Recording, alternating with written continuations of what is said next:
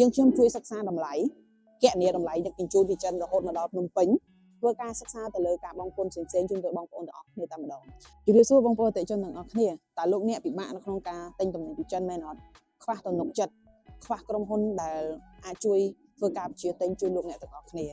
ឡូវនេះបញ្ហាទាំងអស់ហ្នឹងលែងជាកង្វល់ទៀតហើយលោកអ្នកអាចធ្វើការប្រឹក្សាជាមួយនឹងក្រុមហ៊ុនយើងខ្ញុំបានយើងខ្ញុំមានសេវាជួយបញ្ជាទិញទំនិញពីចិនមិនថាទំនិញតូចមិនថាទំនិញធំប្រភេទគ្រឿងម៉ាស៊ីនក្រុមហ៊ុនយើងខ្ញុំធ្វើការប្រឹក្សាជូនបងប្អូនទាំងអស់គ្នាដែលអត់ទឹកថ្លៃ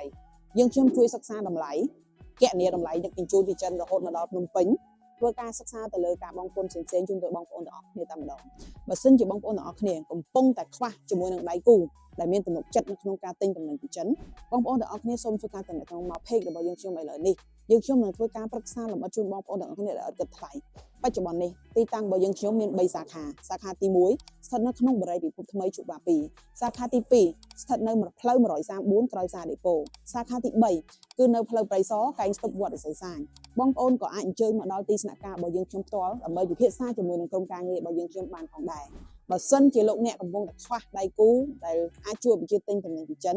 សូមប្រញាប់រួចរាន់ធ្វើការទំនាក់ទំនងមកយើងខ្ញុំនៅនេះយើងខ្ញុំនឹងធ្វើការប្រឹក្សាជូនបងប្អូនទាំងអស់គ្នាសូមអរគុណសូមជម្រាបលា